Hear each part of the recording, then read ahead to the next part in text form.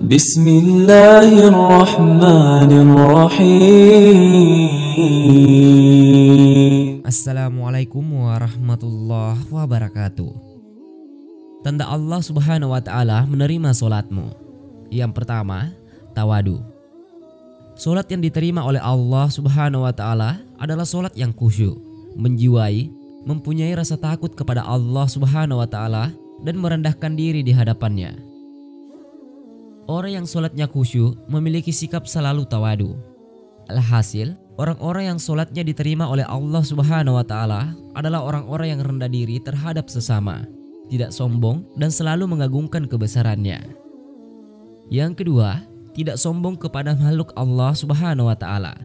Dalam sebuah hadis qudsi yang berbunyi, sesungguhnya aku, Allah, hanya akan menerima solat dari hamba yang dengan solatnya itu dia merendahkan diri di hadapanku. Dia tidak sombong kepada makhlukku yang lain. Dia tidak mengulangi maksiat kepada aku. Dia menyayangi orang-orang miskin dan orang-orang yang menderita. Aku akan muliakan solat hamba itu dengan kebesaranku.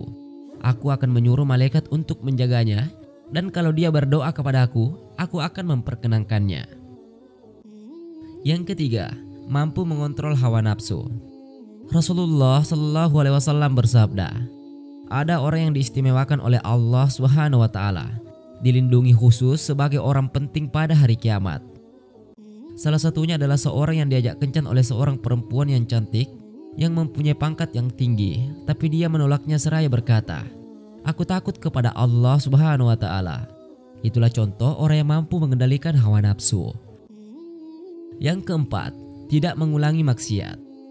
Allah Subhanahu wa Ta'ala menerima solat orang-orang yang tidak mengulangi maksiat.